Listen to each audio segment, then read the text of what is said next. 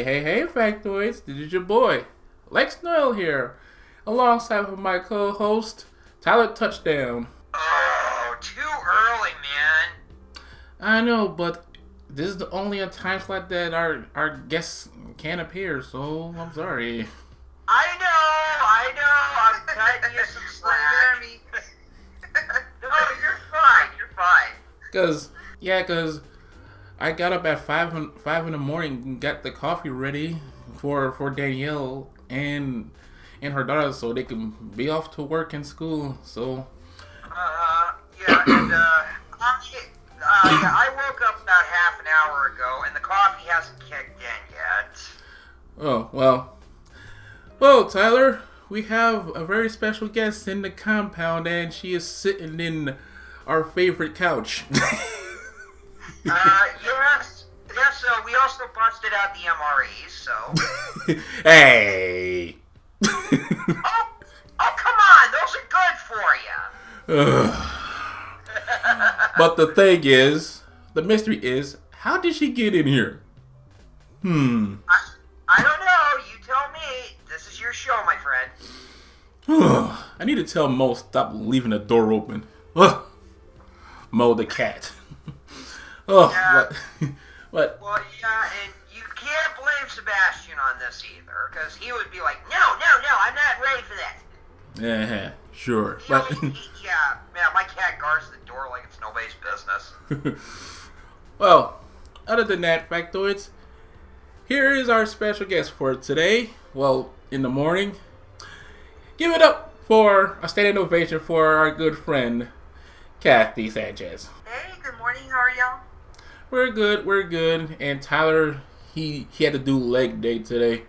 Sorry. Well, actually, I did it after work last night, guys. I started going back to the gym a couple weeks ago. It's because since I've been working about 50 plus hours a week, I paid for a membership some time ago, and I haven't been using it for months. And I finally have some leeway with my time for my job again. I'm looking at my account and I'm thinking, okay, I better not let this go to waste. So off I go. Yeah, because working out is fun. I make it as a game like you try to level up your character. Well, this is how we level up. Okay. Yeah, I mean, in the cosplay scene, I don't expect to become as good looking as Leon Chiro it is. Yeah, and... Well, yeah, because for any of you guys know, Leon Chiro, he's legendary right now. Yeah. I seen some of his work, and I was like, jeez Louise. Oh, yeah, and dude, he just posted a meme on Instagram where he's dressed up as Gaston from Beauty and the Beast, and oh my god, he looks like he just walked out of the animated film of Beauty and the Beast. Oh, I saw that meme. I was like, man, he did look like that. He looks like he just walked out of the screen. Yeah. Yes. As a specimen, yes, I'm intimidating Gaston. Yeah. I love that. I mean, I think they did a good job with the actual movie, but I don't know. It's not like I'm a big Disney fan, but the Disney one is just so much passion about it. I want to say the art behind it, the voices and music and all that. And then Gaston, I mean, although he's just a drawing, he also brings up a little bit of that villain in him. So yeah, but he's good looking, so I guess that's a good part. Well, yeah, and I always found it interesting because Gaston, I mean, basically, when I was growing up, this is how bullies act, actually, in real life. Yeah, Yes. this is true. Oh yeah. So I think they nailed that right in the original film. So, and yeah, they pretty much nailed it right in the live action one. Oh, the live action one, yeah. Woo! Woo! Well, look, I still kind of cut some slack with it because, I mean, it was directed by Kenneth Branagh, who I still love to death. No, don't get me wrong. Yeah, he did a good job. It's just that, oh man, the backlash that movie got.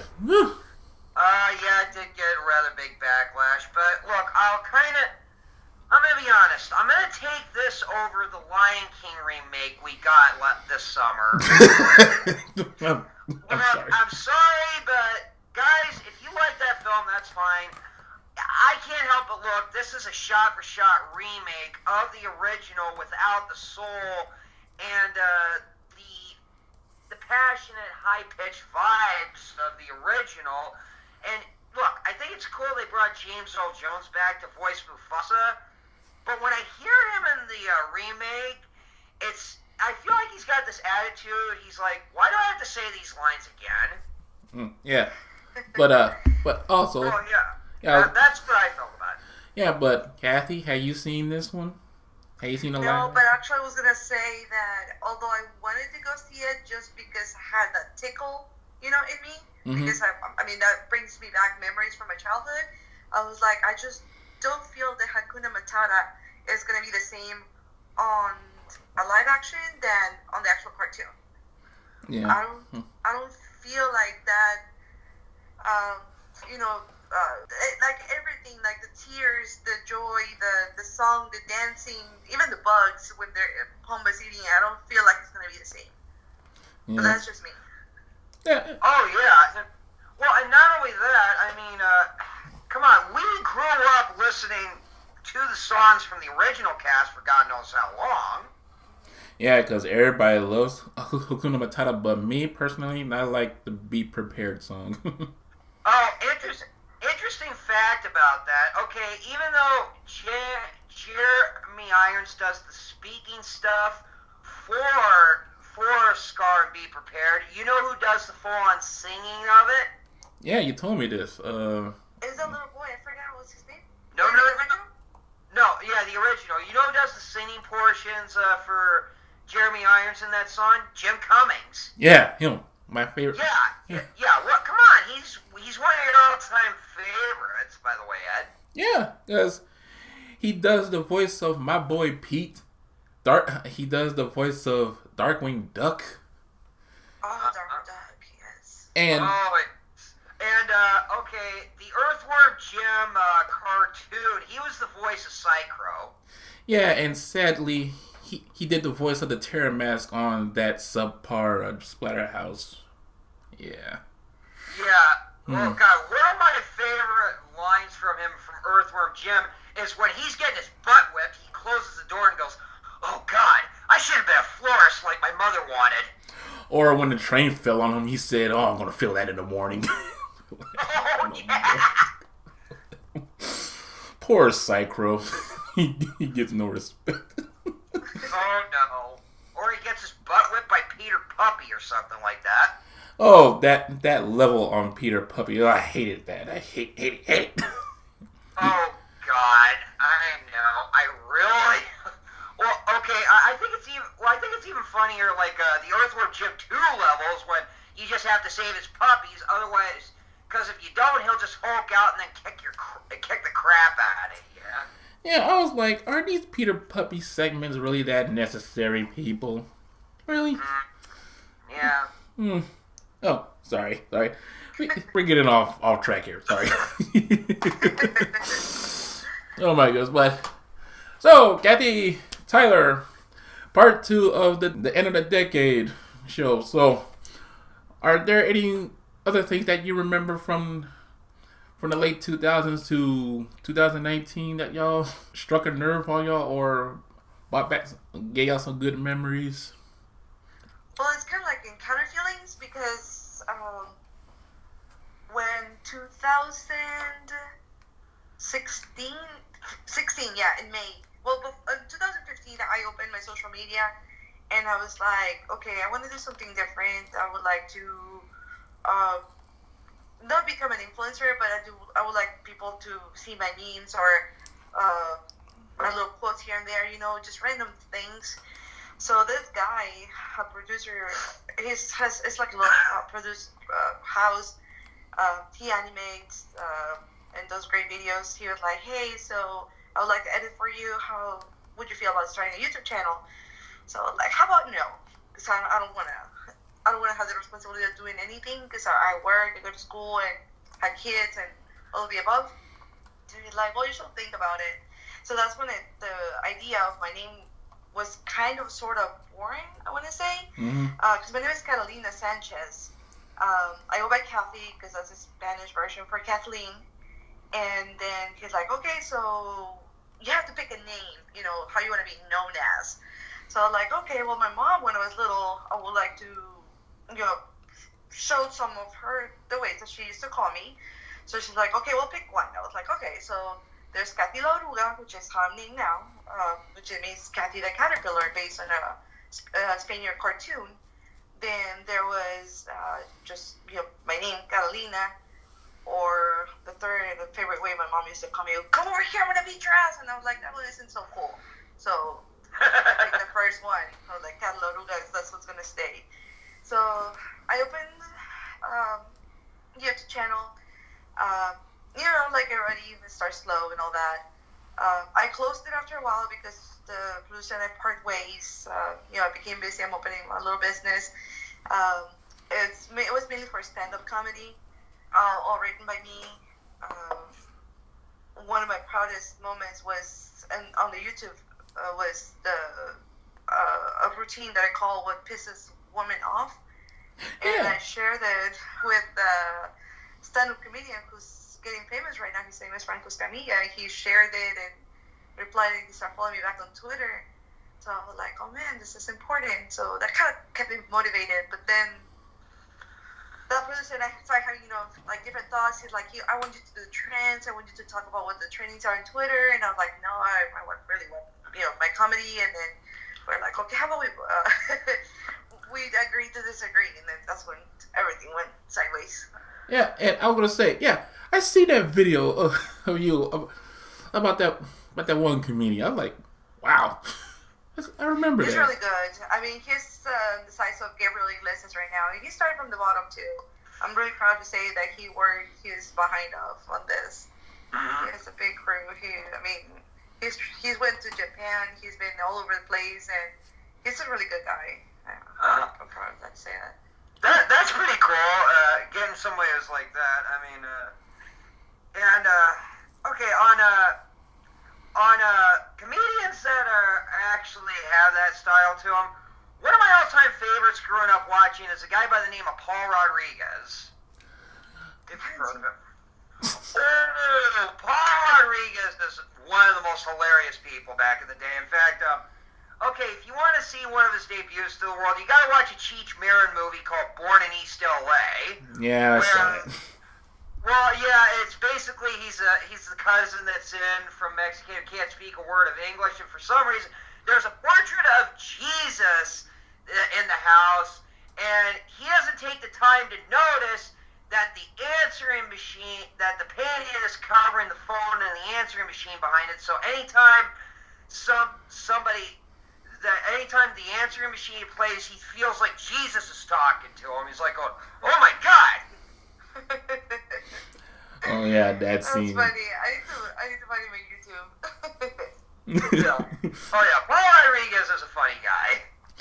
Oh yeah, he is, and also, yeah, people, a lot of people, a lot of people didn't notice, but yes, I enjoyed Eric Andre's stand-up, and I enjoyed his show on Adult Swim, the Eric Andre show, because every time he starts the show, he just runs around and just destroy the set. Oh God! Or another one I'm kind of getting into is a guy by the name of Brad Young, I believe. He's actually a little person. He's about 4 feet tall. Yeah, I know who he is. So tall now. Oh yeah. Shorter than me.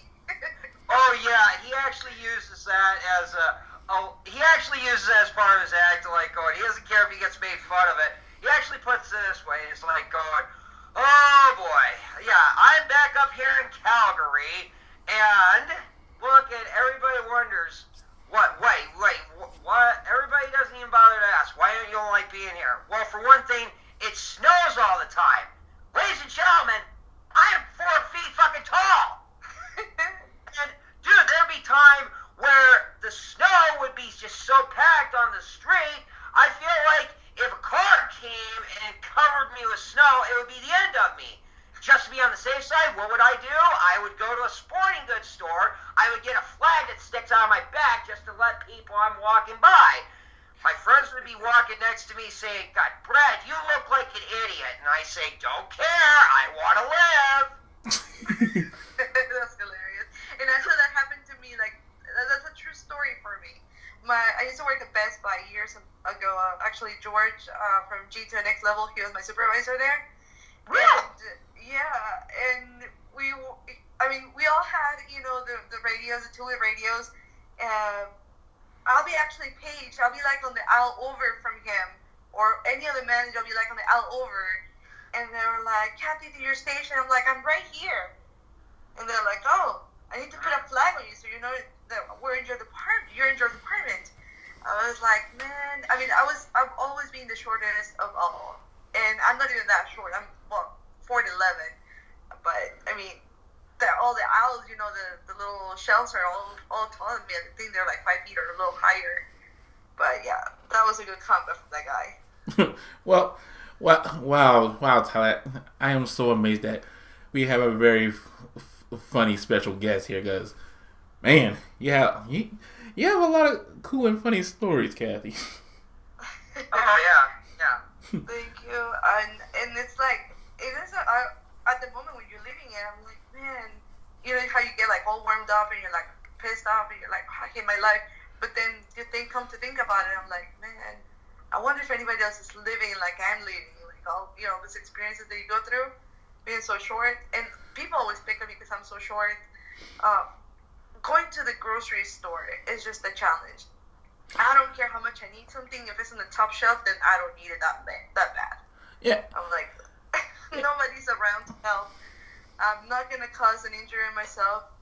So I'm like, no. Do I need toilet paper? Do I really need to go to a restroom? Nah. I'll stop by on the next one. But yeah, no. Well, I'll try to shop bottom shelf and maybe to the medium one. Yeah, I was going to say, don't feel bad. One of my guests who was a regular on here, Michelle Espinoza, yeah, she feels your pain too. She's like 4 or 5. Mm-hmm. Yeah. Yeah, and the fact that you actually worked at major retail back in the day, I feel your pain on that too, because I worked at Walmart for 5 years. Ooh. I did too. Oh boy. Yeah, oh God, the horror stories you and I could tell people. No, and no, you guys have horror stories working at Walmart. Me, my very first job was working at Big Lots. I have growth stories. Oh Lord, yuck. Tell me about it.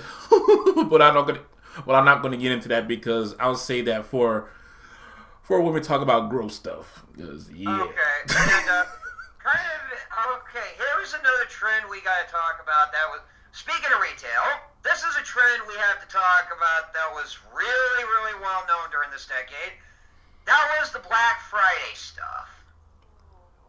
Oh, God. Spooky music. I can hear it in the background. Dun, dun, dun. No, yeah, and we have to give props to the real heroes on Black Friday. The people who had to work that night. They need medals. Well, yeah, there were times where I was willing to bust out riot gear just to be ready for it. Yeah, this is why I tell my friends who work at retail, like, please be safe out there and wear your protection cups, right? Oh, goodness. Yeah, because I witnessed a fight where all these ladies were fighting for a freaking plasma TV. I was like, and this guy was trying to break up the fight, and they just straight up kicked him right in the. Oh, Jesus! I hope he already had kids. Yeah. I hope that he doesn't want kids. Yeah. Oh my! And I saw another fight break out because they tried to get the last Call of Duty game. You heard me, Call of Duty. Oh God! Oh boy! Yeah. Well, I'm so glad that Call of Duty is dying down. No, it's coming back because of the remake. I mean, the reboot. Yeah, because it's a retelling of how Soap became a badass. Oh, great. Well, no, I'm actually just going back. No, I mean price. I'm actually just going back to revisiting FPSs like that. In fact, I actually found on one of my recent game hunting trips, I found a PS2 copy of Medal of Honor Frontline. Oh, Medal of Honor. Yeah.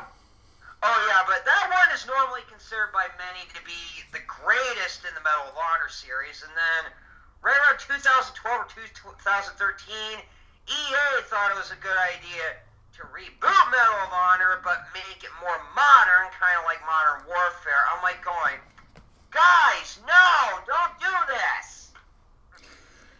Yeah, it's sad. And what else? Yeah. Oh boy, but I'm glad that Cathy, Tyler, I'm glad that y'all survived the Black Fridays. I'm so happy. I refused. Ever since the only reason I love retail was mainly for that, and also since I love retail, I have not put a foot on any place. Black Friday, Christmas Eve, Christmas Day, New Year's Eve, or New Year's Day. Because I feel like everybody should be entitled to be with their families, or even if they live alone, just let them chill, Right? But, Right.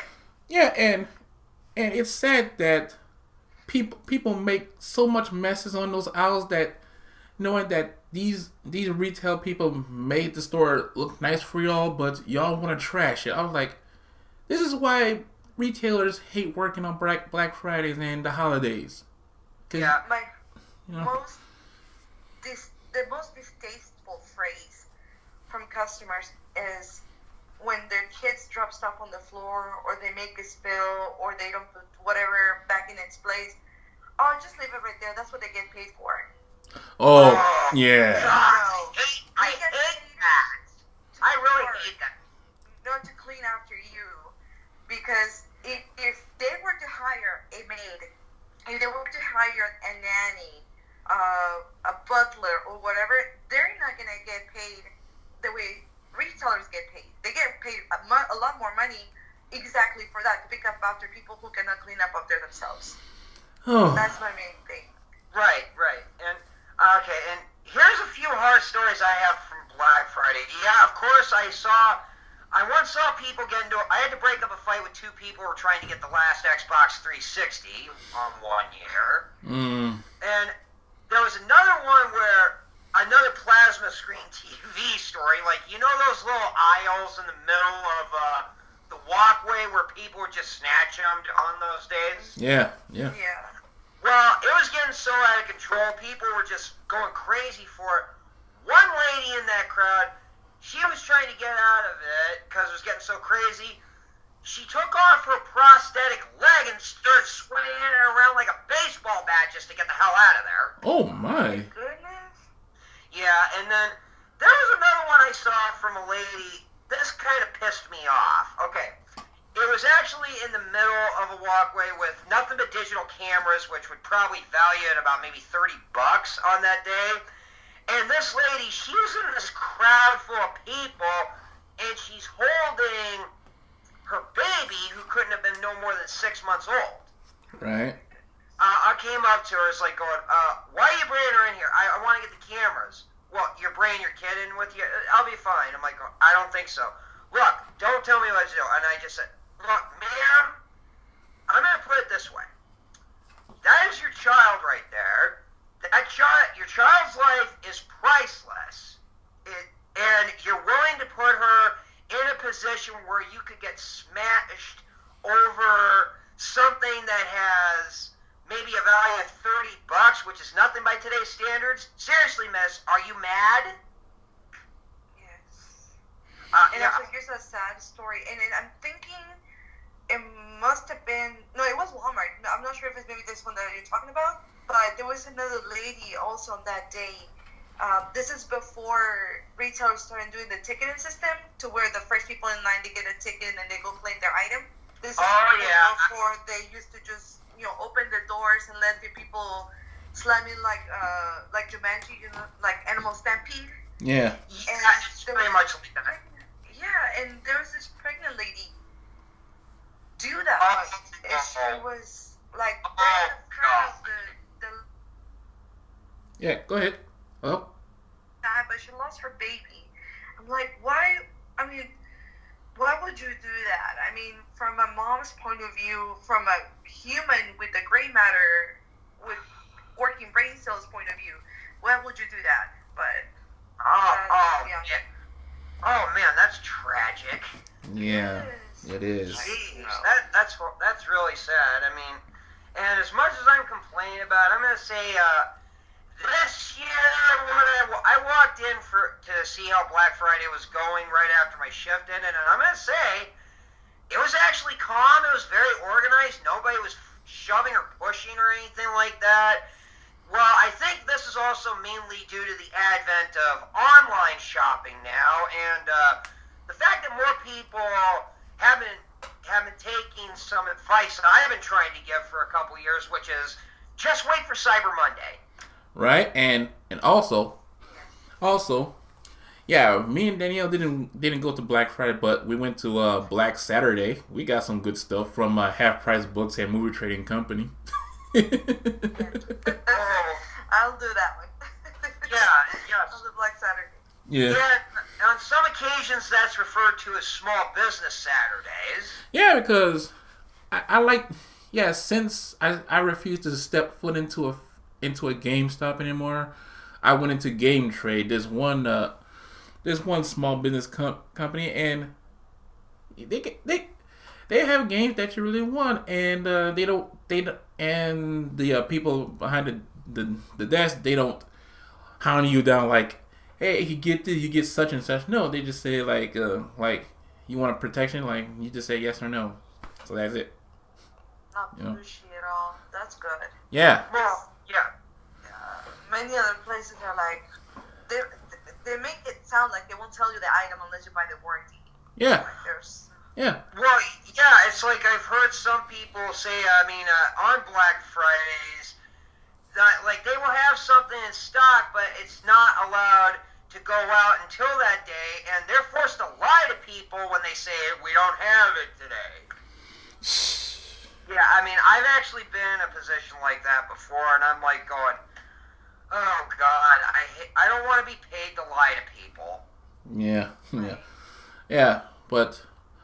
So, moving on into some good things. So, Tyler, Cathy, did y'all enjoy the MCU trend? Yeah, I did enjoy it while it lasted. How about you, Cathy? I'm saying, excuse my ignorance. So, MCU stands for what? I'm a little lost. You know the Marvel Cinematic Universe and the DC Universe. I'm sorry. I need to have my daughter here for that. I'm not very invested in knowledge about that one. I'm sorry. No, it's all right. Just in your own words, did you enjoy it or no? I'd say yeah. I guess from from behind the scenes or behind the non-fanatic or like that. Well, just as a general audience viewer. Yeah, exactly. That's the exact words. Perfect. Yeah. Mm-hmm. Yeah. It's all good. It's all good. And yes, Tyler, she needs help. Because she wants to get into Hey, Cathy, do you want to get into collecting retro games? Well, not so much collecting, but I would like to, because I'm a big. Well, I'd say from that feeling when you're a child, when those were like new back in the days. Yeah. I had Super Nintendo. It was given to me as a gift in 2000 or 2001, and I sold it to George also. I remember we sold it in 2009 because I was trying to get a little money here and there to make my daughter's first birthday party. She was turning 1, so I got rid of some stuff. But I mean, just from the sentiment, I guess, type of way I would like to start. I remember enjoying the NES, the Atari, the Super Nintendo, I never owned a Sega, the Genesis, but my cousin did, and recently I bought the mini version, Yeah. which I think is pretty cool. I really want to get that. It was really good. And then also I got the mini version of the Nintendo, the NES. I think it's quite for a good price. I bought it from OfferUp. The guy asked me for $40 for it, and he gave me 2 controllers. So I was like, that's a pretty sweet deal. Yeah, and one of the best things about the Super NES Mini is that is currently how you can play Earthbound at a reasonable price. Yeah. Yeah. And yes. And just to let you know, Cathy, if you want to find old school games and games that you played as when you was a kid, you're at the right place, Trader's Village, because you know. Oh yeah, absolutely. And look, as you can see back here, I have a lot of stuff going now. I've expanded a lot more. Yeah. I like to. And my boyfriend, he's the one that he's like the gamer. He's the one that's hardcore, all that. So he's the one that'll be like, oh, here's the Xbox, oh, here's the PlayStation, and he owns like 360s. He has a PS4, the Xbox One, you name it. I mean, I see all these Wii's and Wii U's, and I'm like, sadly, and then I'm not proud to say it. I'm like, I don't even have. I don't play that. I'm not really sure how he tried to teach me, but I'm like, I always default back into Nintendo, the Super Nintendo, even the 64 or the Cube. I'm like, I'll go back to those. No. Oh yeah, the Cube is one of the greatest. Yeah, because everybody was foaming in their mouths because Danielle's mom found in her closet, complete in a box, Skies of Arcadia Legends.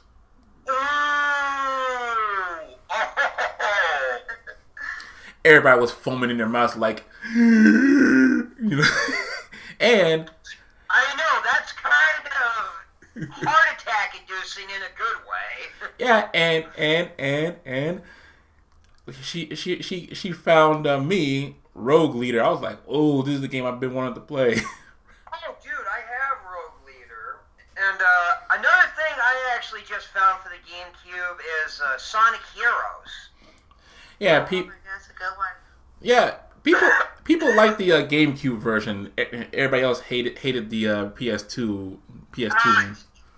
Yeah, that was my problem. When I first played Sonic Heroes, I played the PS2 version. I didn't really like it very much.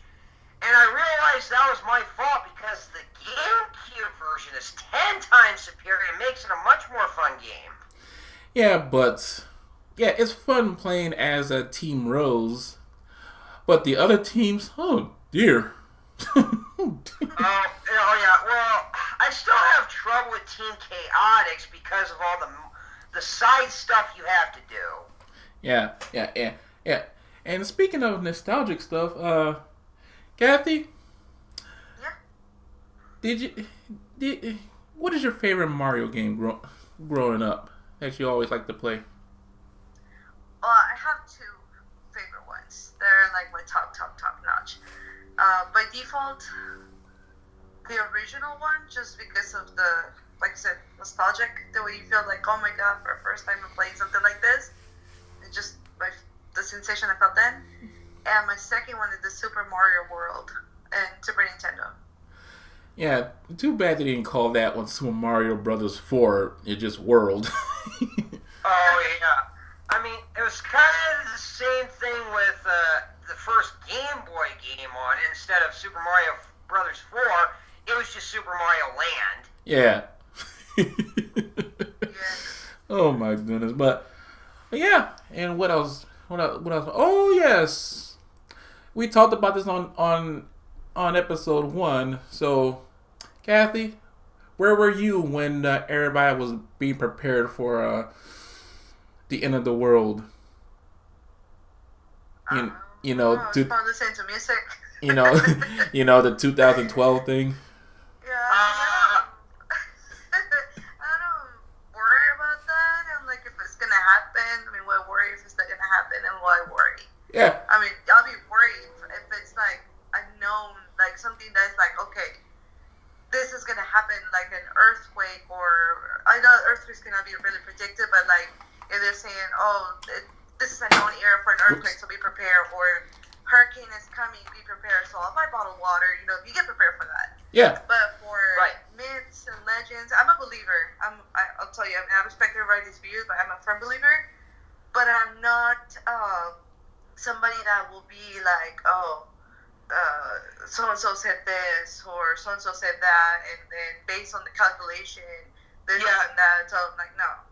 Meaning you're not a mass panic-inducing person on this. No.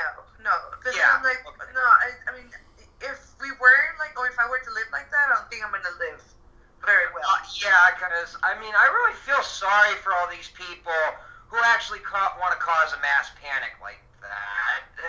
It's just, you guys are peddling on paranoia. Cut it out. Yeah. And not to offend anybody and not to go deep into it. This is just how I just wrap it up. When somebody starts telling me, because you know how people get on the street passing out the flyers or telling you like random things about that. Or holding up a sign that says the end is nigh. Yeah. So I'm like, you know what? If you're a believer or if you're not a believer or anything, if you're basing this on, I'm not a religious person because the religion is who killed Jesus. If you really read the Bible, you will not be poor and you will not be paranoid because it says right there, nobody knows when the time is going to happen. So when it happens, it's just going to happen.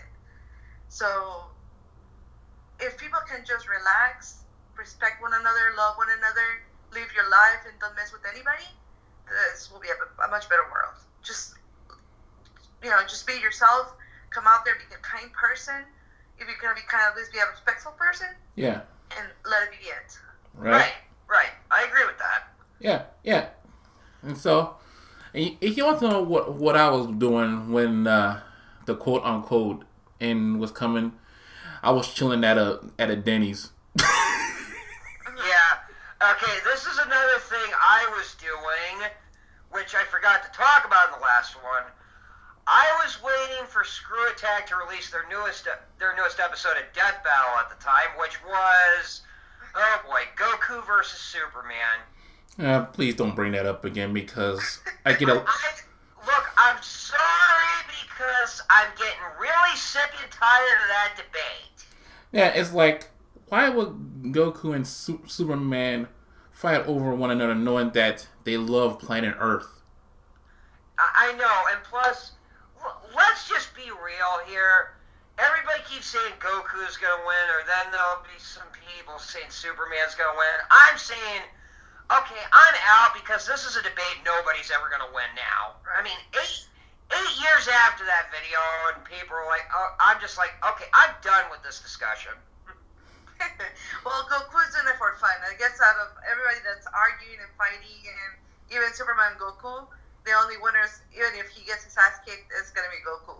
Because he fights just for fun. Pretty much. And, well, I do actually kind of hold this on. I mean, Goku is a character who lives to test his limits, and how in the world can he compete with Superman, who never had any limits to begin with? Yeah. So, yeah, that's a good point I keep hearing. Yeah, and still, no Superman game because they're still making Batman games, and the new Batman game is coming out soon, and it might be the Owl family, but yeah. Oh yeah, I really think Rockstar should consider making a Superman game because I think they would be golden on that. Yeah, but more Batman. People think we need more Batman. I was like, y'all just doing this so you can squeeze in Joker again? Because I was so hyped up for Arkham Knight, but all of a sudden, bam, Joker. I was like, I'm done. Done. Well, yeah, I mean, look, we made the same complaint when Arkham Origins came out. When, look, the advertisements were gearing at Black Mask being the main villain, but then they do the old switcheroo. It turns out it was Joker disguised as Black Mask, and I'm like going, oh, god damn it, guys, no. And, yeah, and, oh boy. Now, I've also noticed this. Everybody keeps calling Arkham Origins the black sheep of the series, which I actually have grown to love more and more as time goes on. Yeah, and what I like about it is like I like how you piece in the detective part. I was like, man, this is straight up CSI right here. Oh yeah, and well, another thing to bring up is I happen to be a fan of the guy they chose to direct this, who is Eric Holmes. You know who that is, don't you? Yeah, oh yeah. Oh yeah, I mean he started out before this he started out with Radical Entertainment and created a little open world superhero like game you may have heard of called Prototype.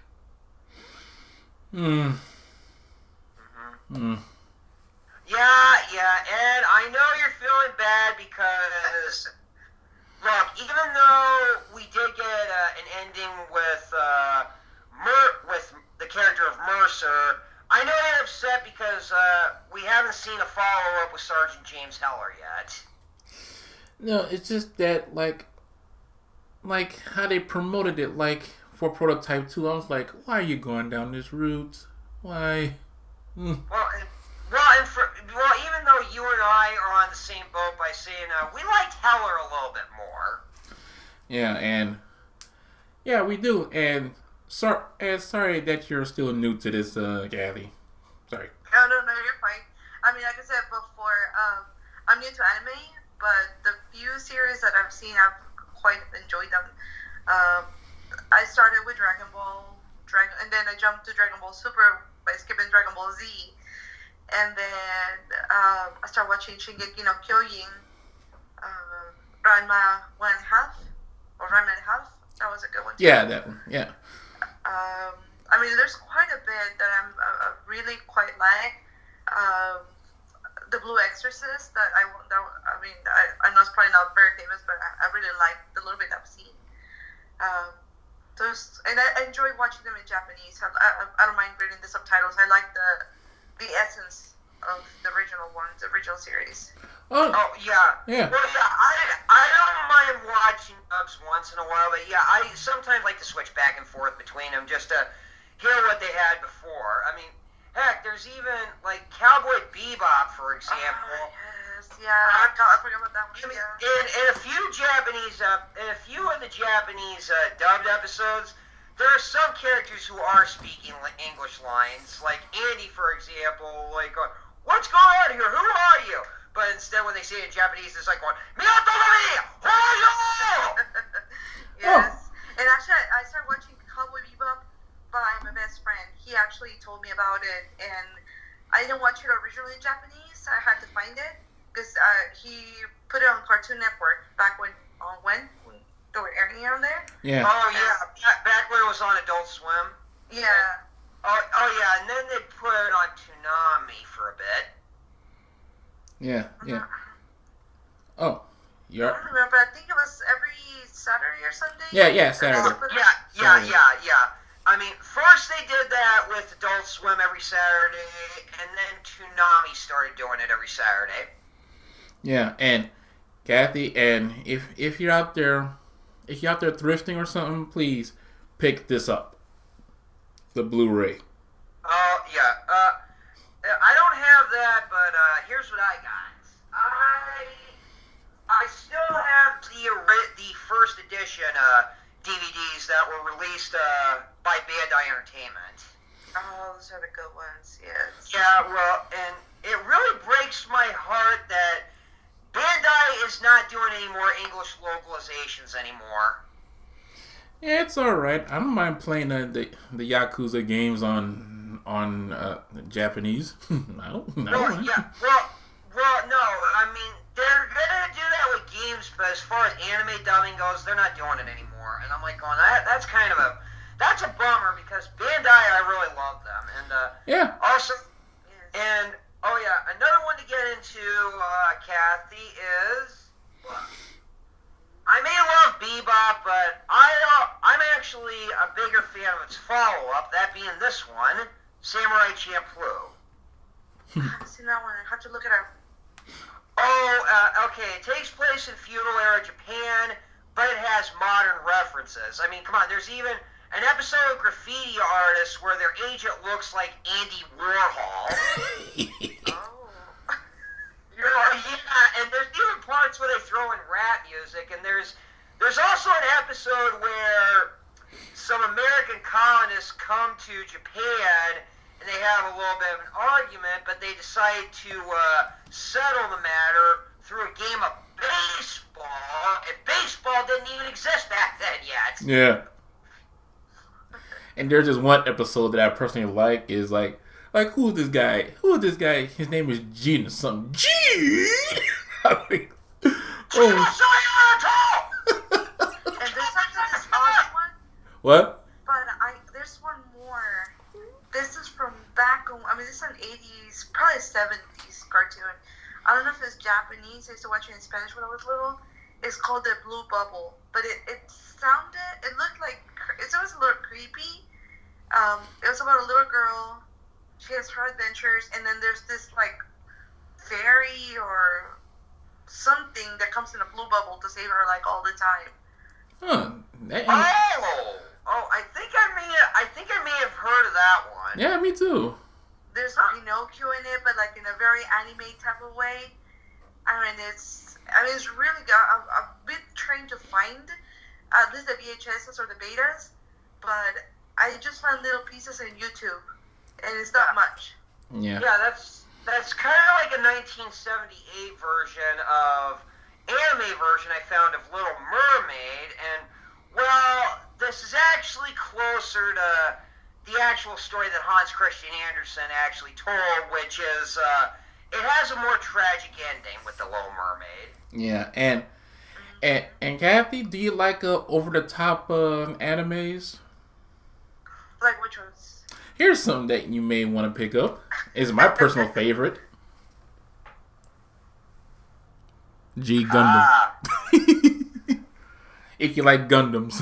You know. Oh yeah, I love the theme song for it, but I'm gonna go ahead and tell you something that my favorite Gundam series is actually a very short one. It's more of a mini series. It's called Stardust Memory. Yeah, I know. Yeah, I love that one too. I love that one, and plus, dude, the theme song for that is just so amazing.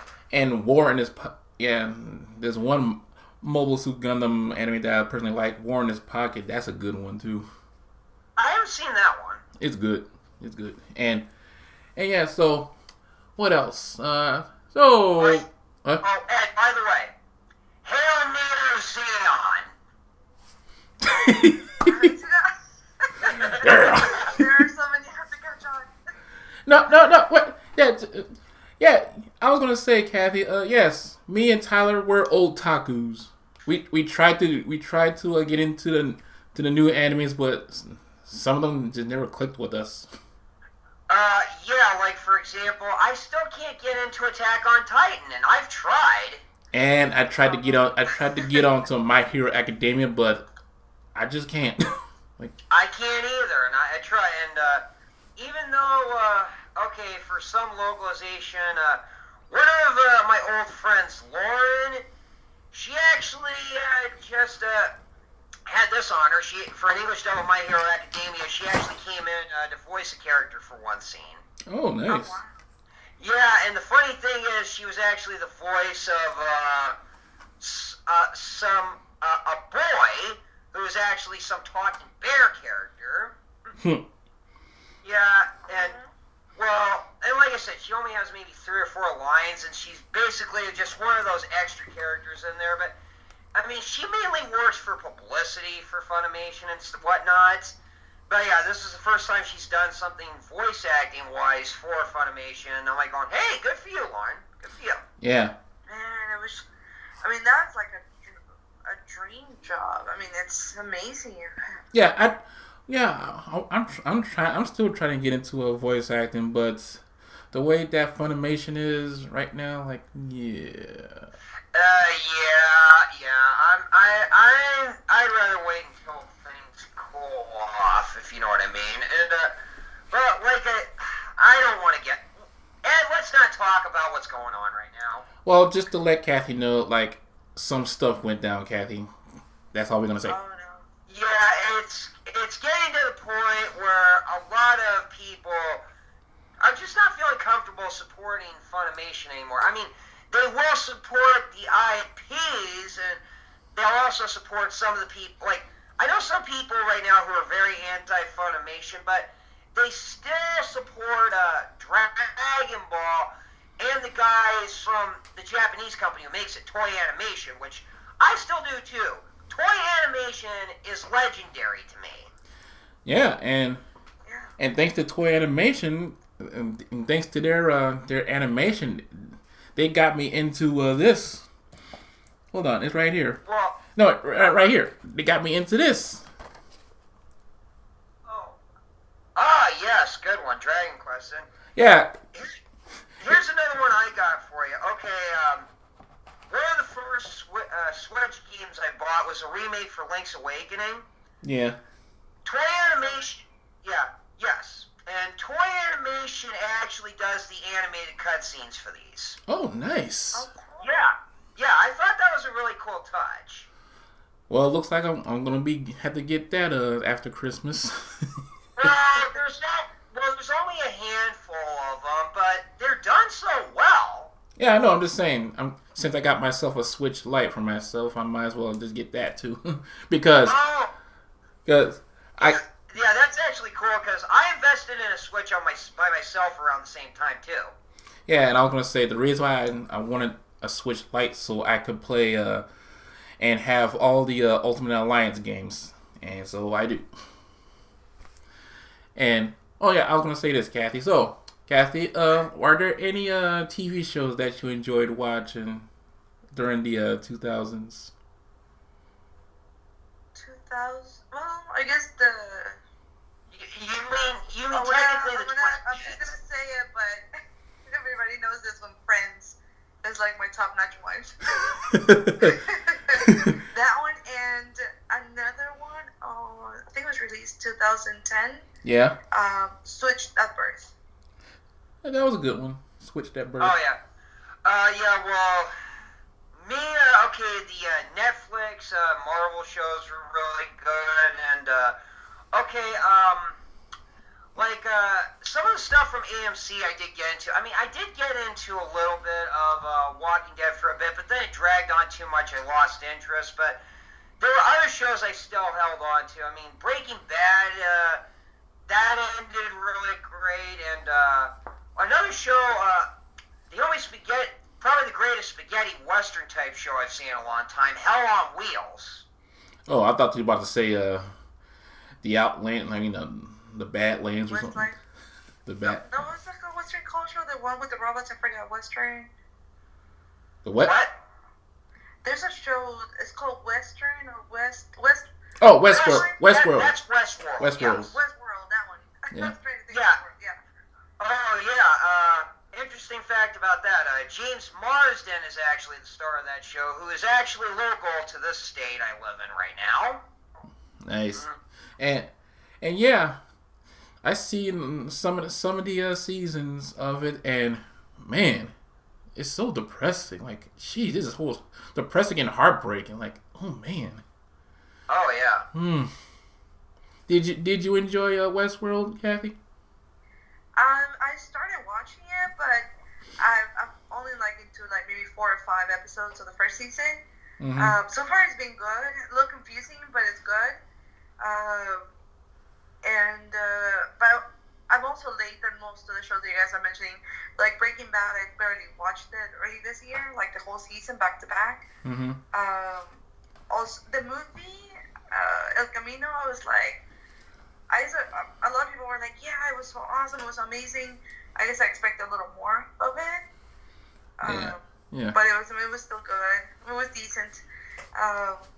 And then The Walking Dead, on the 4th season right now. I think that's where I stopped watching it, was the end of the middle of the 4th season actually, because that's when they're still at the prison, right? That's the 3rd one. The 4th one right now is where Beth was captured, and she's like in a hospital. Bunch of like evil cops. And, wait a minute. Was that season that took place over the course of 3 days? Yes, I was like, oh my god, it was just Beth by herself. I'm like, oh my god. Like, can we like move on? Disney, one episode is already enough of just one character, unless it's a good one. Good. I'm not saying Beth isn't. I mean, it's just a good actress, but I'm like, it's just a lot of like, when you go to a restaurant, they give you like a bunch of chips, and you're like waiting for the main course. That's how I feel with this episode right here. Yeah, I can understand that. And okay, another show I've really enjoyed, which is going to conclude. Well, the season finale is going to happen next week, and that's Mandalorian. I need to watch that one. I've heard really good reviews about it. Oh, yeah, I'm going to say this about Disney Star Wars. Oh, boys. Disney Star Wars has been very, very controversial, to say the least.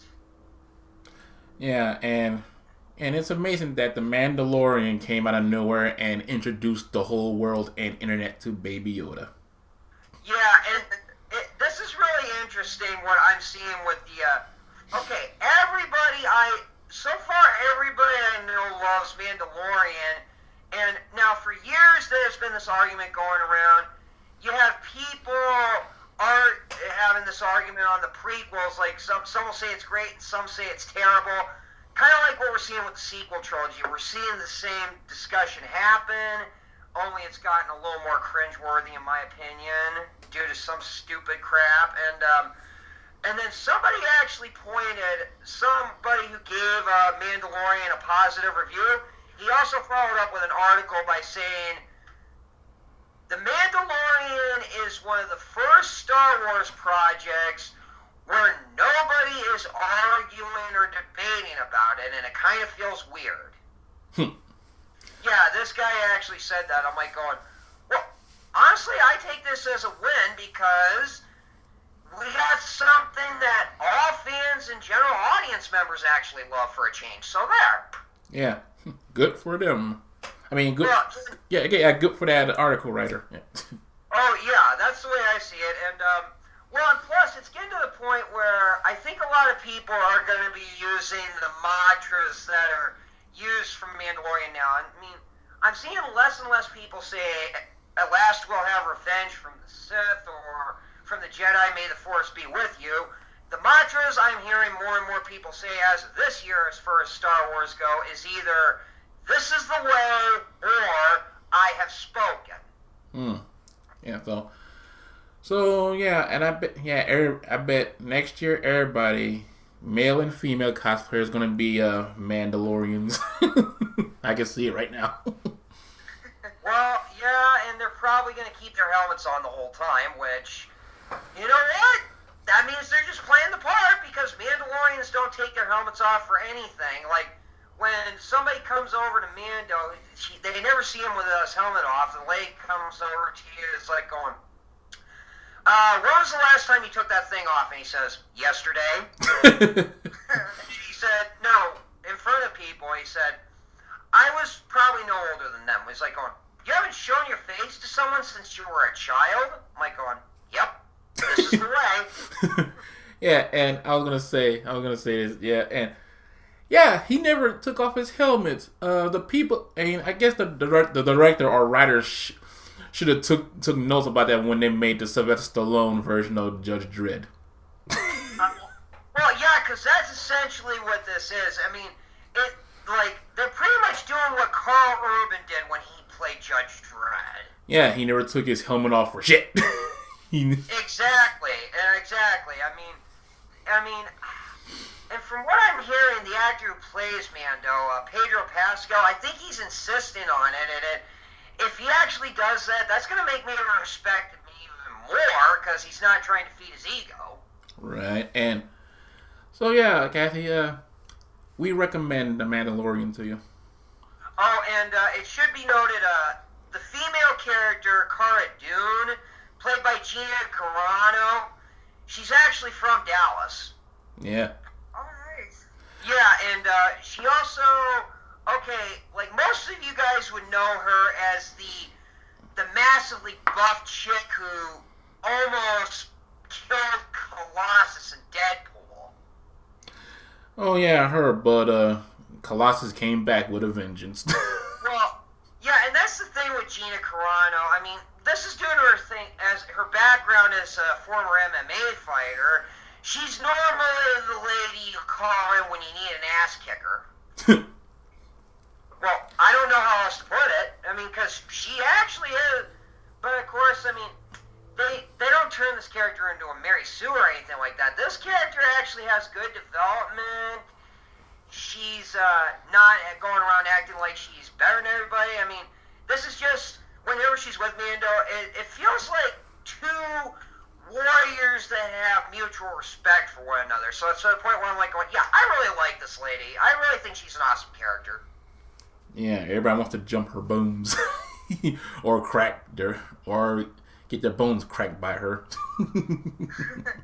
Here's this one show that I enjoyed. That was on Netflix, but they killed it off. One Day at a Time. I think that's the name of it. I haven't watched that one either. Oh man, I feel like I have a bucket list now, like big to-do list to catch up. Yeah, but yeah. Is it just me, or did we get into a trend where it seemed like Netflix would adapt just about anything? Because I saw a bunch of useless palather on there a few times. Yeah. I mean, well, this is going back a little bit into anime. You know, like Death Note. Yeah. Once I saw the movie, I was like, it lost its essence from everybody. Ryuk, Kira. I mean, everything is so wrong. Yeah, I was gonna say this. The only thing they got right on the Death Note live action movie is Ryuk looks very scary, just like on the anime. Like they got that right, but everything else, like, oh dear. Yeah, that's pretty much what I thought about it too. But then again, I'm one of those people that just thinks Death Note is okay. I'm not really in the massive fan community on that. I mean, I watched it and I just say, it's alright. So I wasn't as bothered by the live action film as much as everybody else was. Yeah, same here. Yeah. And I didn't mind so much, but I'm like, at the same time, I understand that you can fit so many episodes into like an hour and a half or 2 hour movie. Yeah. But let's just keep the characters original. Right. Because Kira was like soft, when in the anime he was like the tough one, like trying to be like this gangster, like, oh, nobody can beat me, la la. And over here, this is the girlfriend who's doing that. So it's like, oh. Yeah. It feels odd. Yeah, and oh my goodness, and the strange things that I seen on Netflix, like this one cartoon that nobody never asked for is called "My Butt Is Talking to Me." I was like, oh my goodness. What in limbo? Oh, yes, okay. a boy, a teenage. Yeah, it's a cartoon about a boy's butt talks to him. I'm like, okay. So essentially, it's Assy McGee without the crime drama. Yeah. Yeah. And what else? Oh yes, yeah. And yes, it still hurts. Yeah, we talked about this on episode 1 of this, but it still hurts what they did to Luke Cage and Iron Fist. It still hurts. Oh God! And dude, that episode of season 2 of Luke Cage when Iron Fist made a cameo, that is our favorite damn episode. I know, it was like we were getting close to the Heroes for Hire, but nope, dead. I'm like, damn it! I know that. I mean, and then they just cancel it after that. I'm like, you freaking cock teases! I swear. Yeah, it's just like what they did to it. Oh, I don't know. Oh yes. There's a lot of how they. There's a lot to say about this. So I'm just gonna leave it like that. Like, why do you want to tease us, Marvel? Why? Yeah,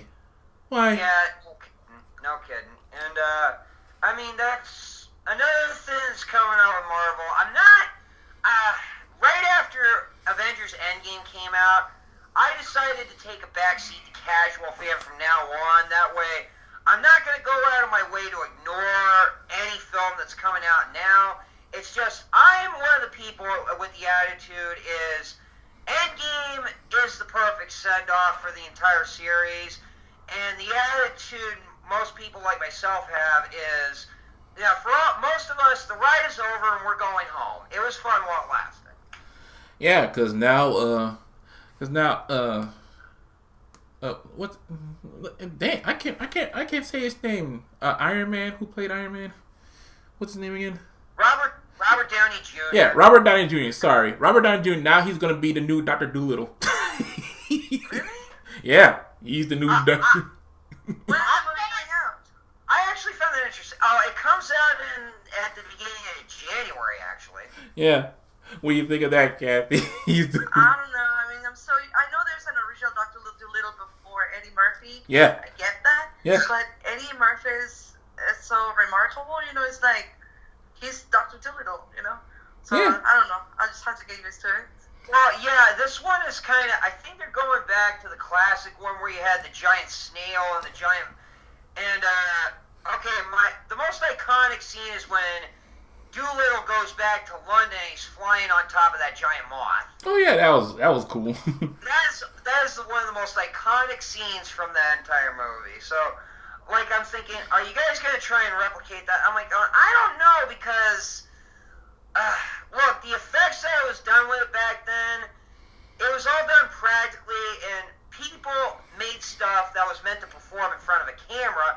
I'm still interested in how effects like that are done, unlike today when everything's CG, where you already know how it was done.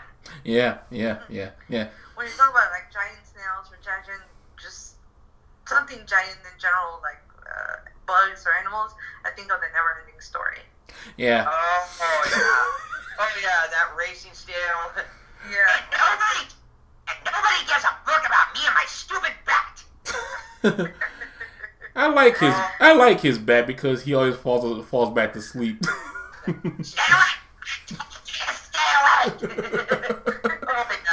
Oh, the Nighthawk. I love that character. Yeah, and what else? Oh yes, here's one. Oh boy, where were y'all when when Loki's female armies came out when the first Thor movie came out?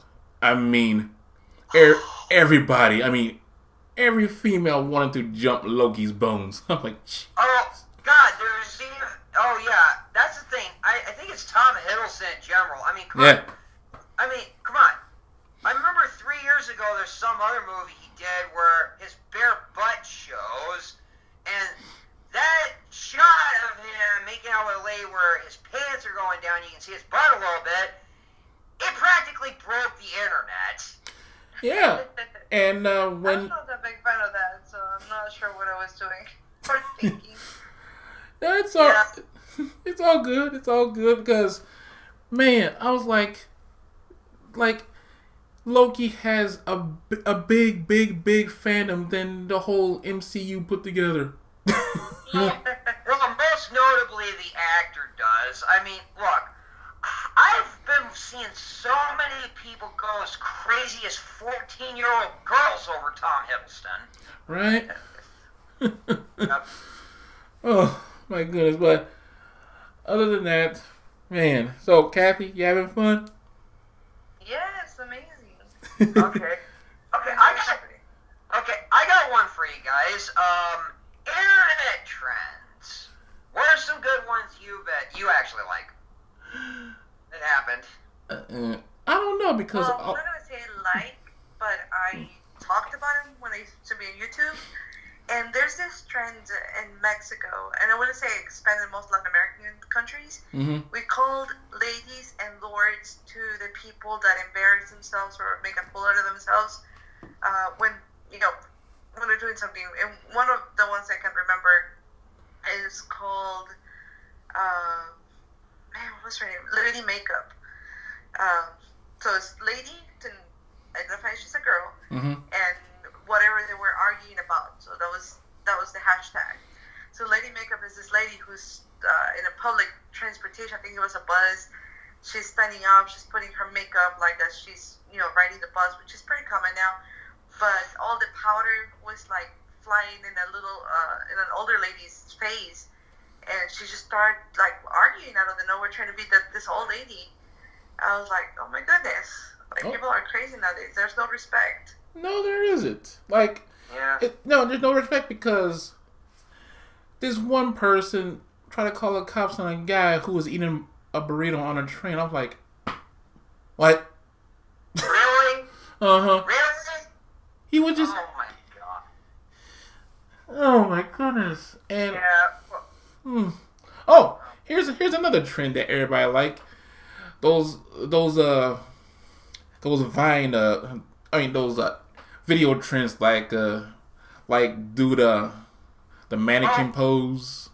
Or I got another one. The guy who narrates everything in life. He starts off with story time and then goes to something else. Yeah, he was funny. Oh yeah, and I always loved it. All the people he comes over to, they actually just go along with it. Like he comes up to one lady, it's like going, she was taking out the trash, and then she goes, it was at this moment she would get rid of the body once and for all, and then she just goes like this, hey, shh, you're gonna blow my cover.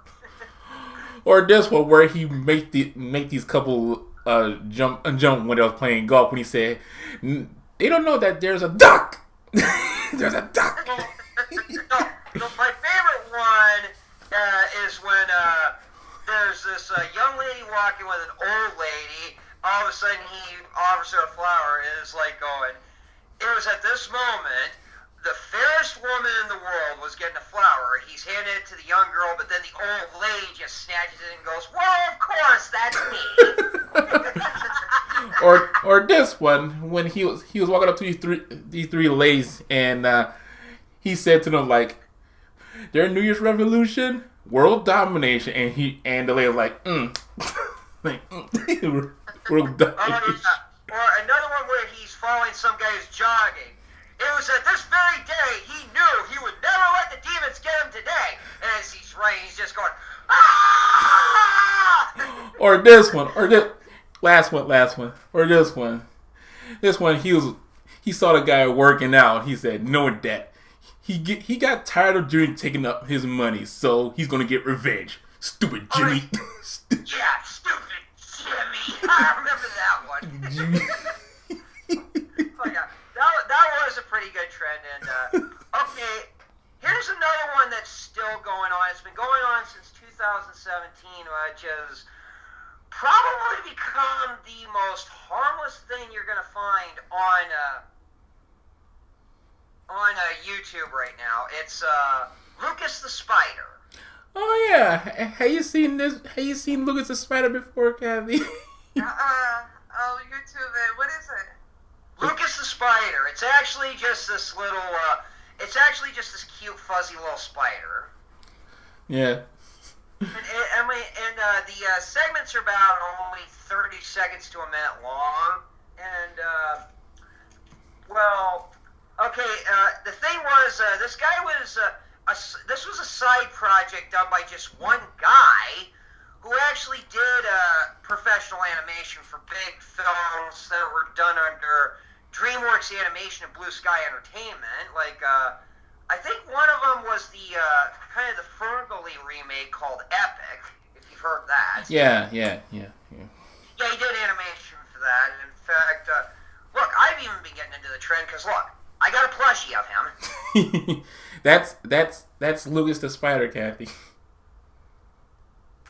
If you can see it. I need to really look into it. I hate spiders, but the way you guys are describing, I'm like, man, I'm just making me curious. Well, yeah, I remember when he started coming out. I mean, some people are like going, "Oh, that's creepy," but it's so cute. Yeah, and plus, I mean, this guy is. Well, he takes his time because it's just him doing this. And look, he's actually jumped up to 3.3 million subscribers because of Lucas. I'm like going, hey, good for you, buddy. Yeah, and also, you know, this is such an awesome talk, and also, I have a YouTube channel too, and I'm proud of my subscribers,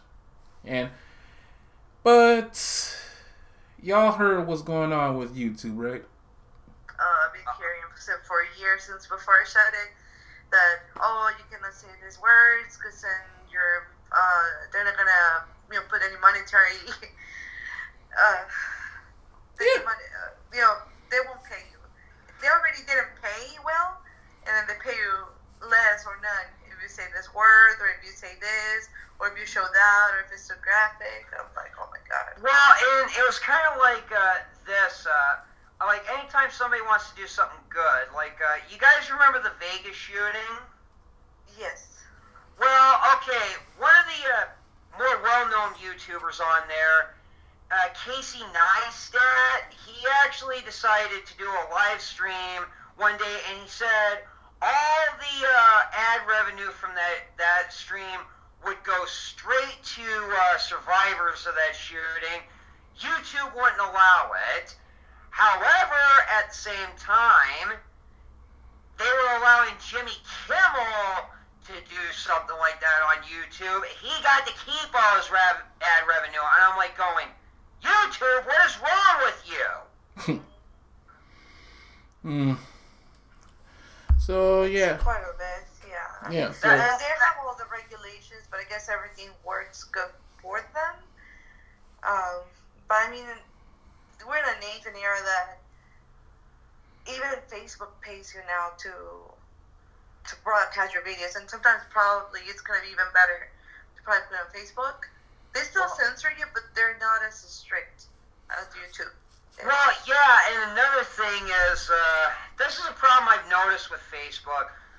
I actually have been losing a couple of followers, and I found out one of the reasons behind that is because if you don't consistently upload, like daily or something on your page, people are, they're just going to lose. People are going to be automatically unsubscribed just due to the fact it's not in their interest anymore. And I'm thinking, well, that's kind of crappy. yeah, the reason why my videos has slowed down to a trickle because it's not like Keemstar drama and this and that. Like, okay. Well, yeah, and that's another thing. Look, Keemstar was good for about a minute, but all he does is talk about Twitter drama. I'm like going, ugh. Look, is this all you want to be remembered for, boy? I don't think it's worth it in the long run. So yeah, this is why Danielle got all my videos off of YouTube, and I'm slow. I put one of my videos on Vimeo. Next up, Dailymotion. Yeah, and well, have you also tried looking into BitChute? Yeah, but it's all politics stuff. I'm like, yeah, okay. You should try YouNow because it's live. You're streaming live. You're doing everything there, and it stays there. And you get real money there because the fans pay you. They buy kind of like the app games that you buy coins and things like that. Mm-hmm. So you get paid based on how much they like you, and they're the ones who are your patrons in a way, kind of like Patreon, but it's live. So you're doing your own thing, and at the end of the streaming, it asks you, do you want to save it or delete it? Oh, okay. Yeah, It's called YouNow. Yeah. It's really good. I mean, it's a really big platform, and it's actually really good. Oh, well, Yeah. after the show, send me the link, alright? Yeah, and another, when we're talking about video sites, one that I think died too soon that had great potential was VidMe, if you remember that. Yeah. Yes, that's where, what's her name? Houstonian girl. She lives in LA now. Right, yeah. Middle Eastern, I forget. Yeah. Carla? No. Yeah. Yeah, and it's really sad because I think they got too big too fast to the point where they shut down because they weren't listening to feedback fully. Oh.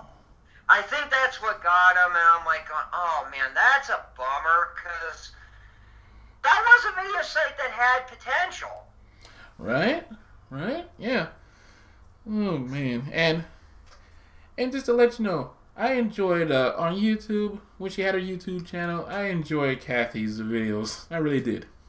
Thank you. Yeah, just like I said, I know I know I'm not good with Spanish, but I know what she's talking about. At one point, there was a cartoon because I was drawn, I was animated, and it was just my voice that was playing. Yeah, I seen that. And I was like, I mean, that's a part that I really enjoyed.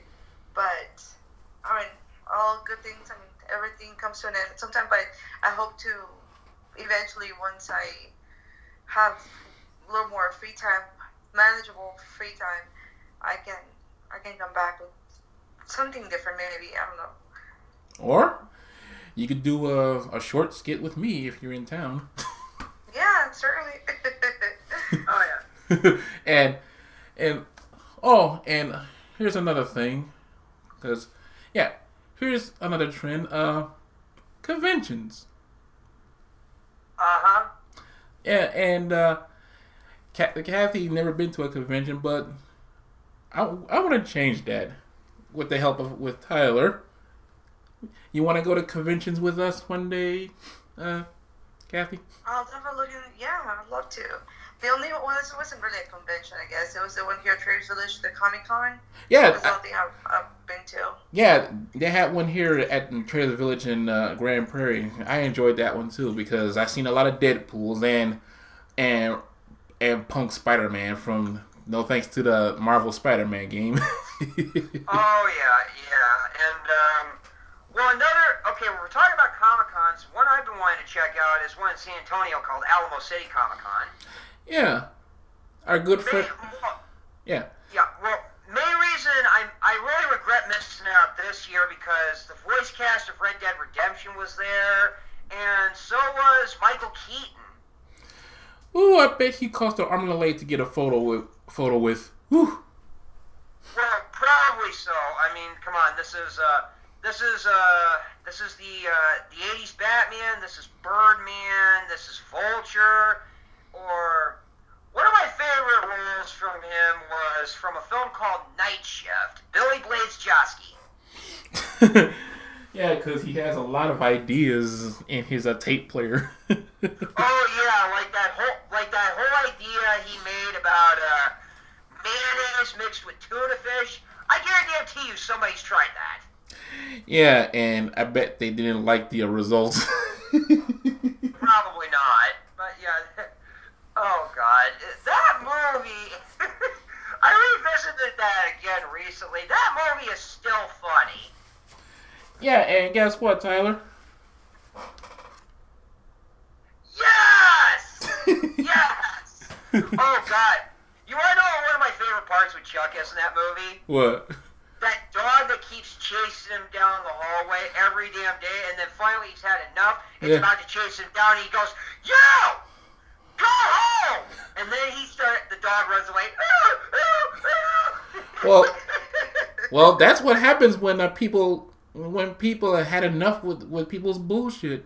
That's what happens. Oh yeah, and that poor guy was putting up with bullshit a lot. I mean, there was one part where he was trying to help a woman, and then all of a sudden, some Girl Scouts come in. He's like, "Oh, hey, we need help," and then all of a sudden the girl just goes, "Mother, mother, mother," and they start beating him to death with a box of cookies. I'm like, "Oh my God!"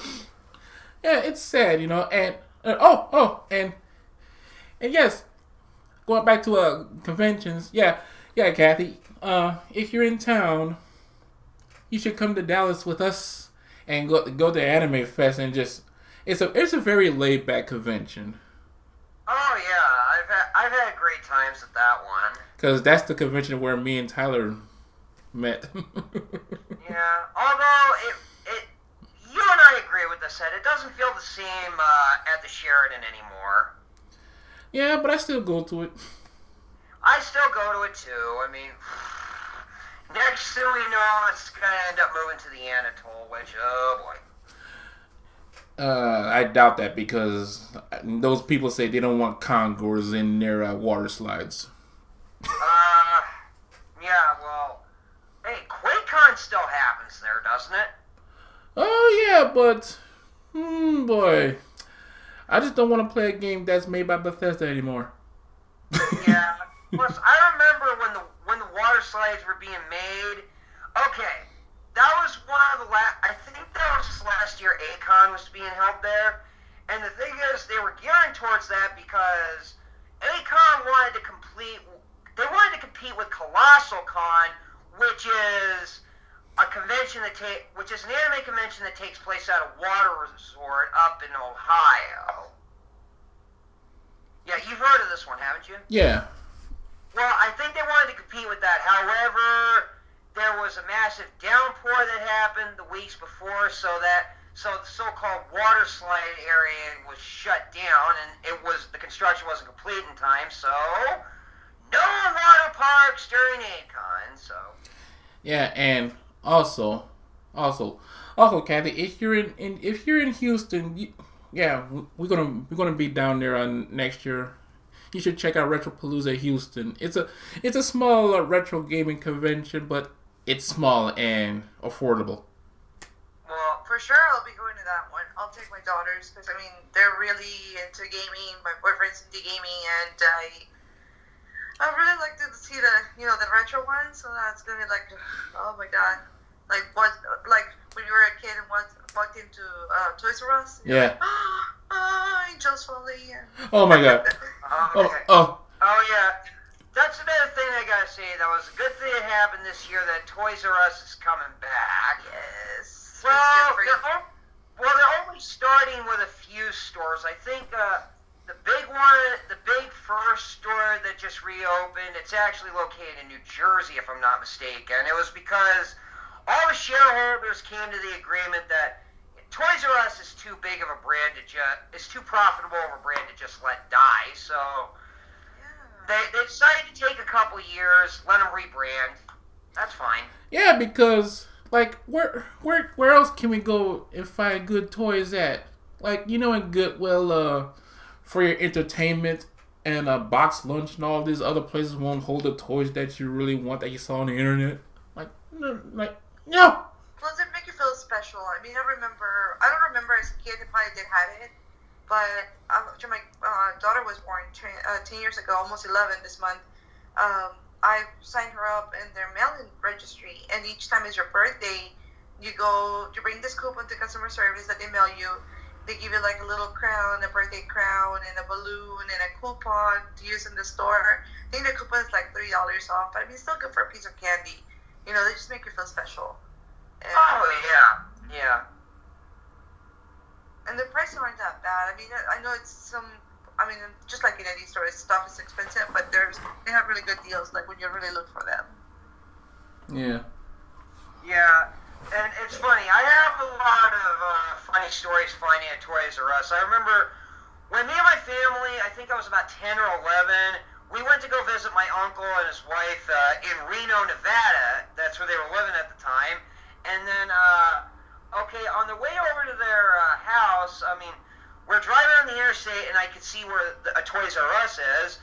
And then, I asked, like, hey, guys, can we pay a visit to Toys R Us while we're here? And it's like, and my uncle, Barth, he's like going, I don't even know how to get there. And it's like going, oh, no problem, I know how to get there. So I give him directions the whole time, and we ended up finding it really fast, like going, Barth was shocked when I did this. I'm like going, Jesus Christ, Tyler, I've lived in this town for over a year, and I still don't know how to get somewhere. Aww. And you know how to get here on the first day? Holy moly!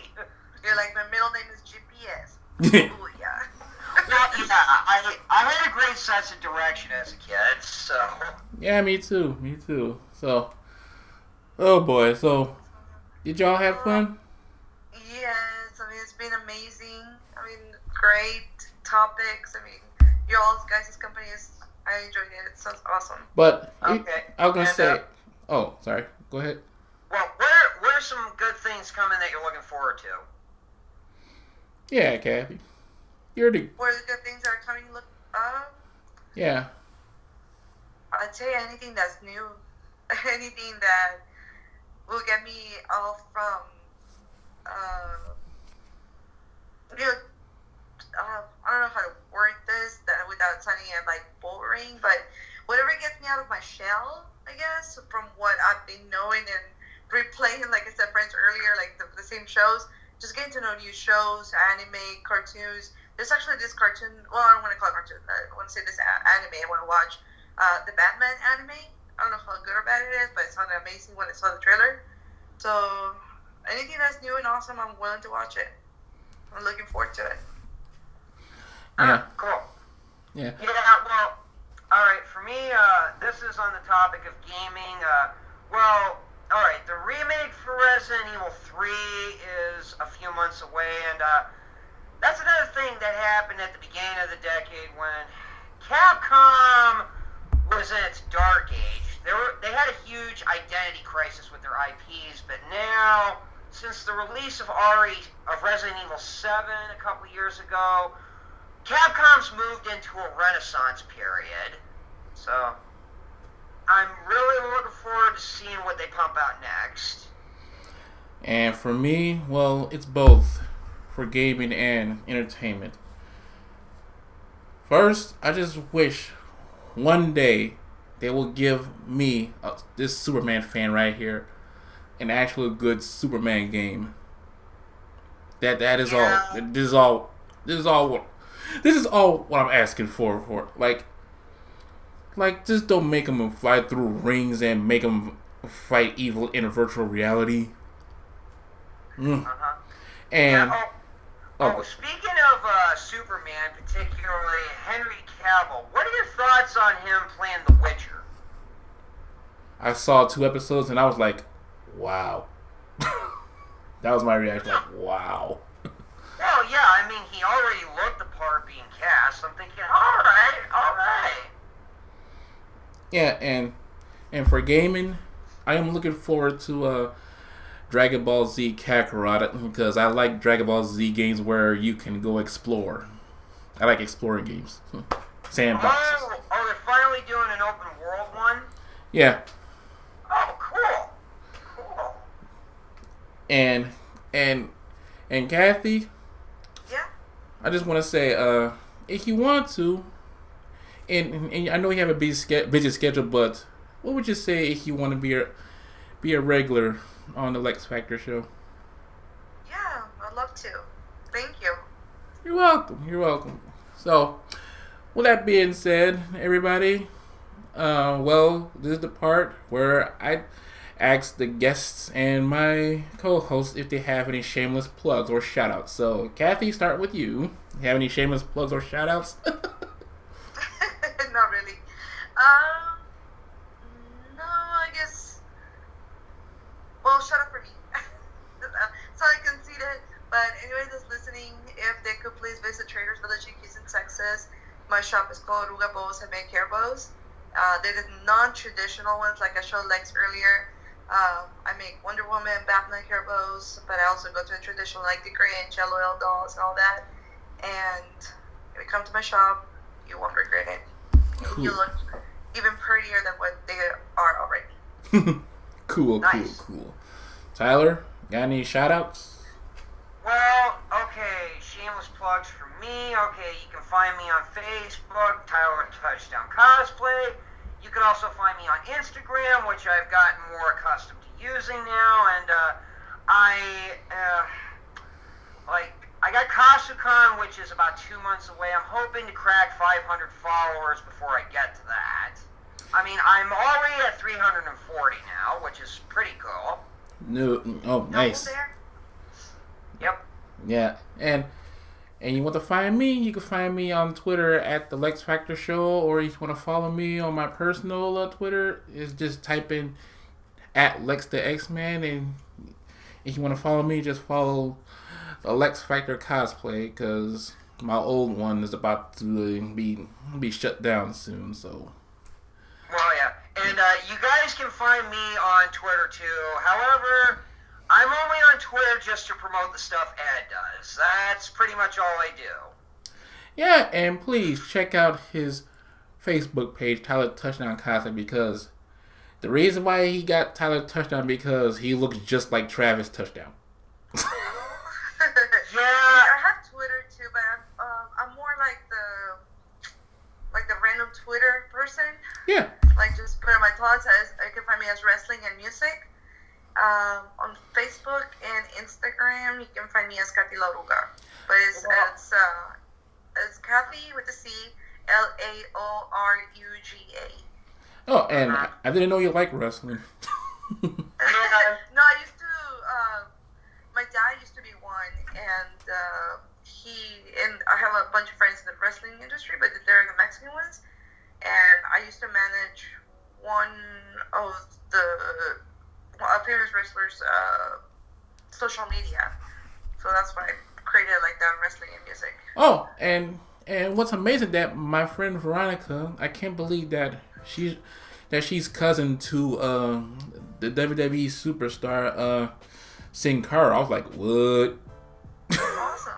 Yeah, and I've had this conversation with a couple people. My father played college ball with Macho Man Randy Savage. Oh my goodness, that's awesome. Oh, the late, Oh, yeah. My heart dropped to the ground when I heard he passed on. I was like, nah. I know. God bless his soul.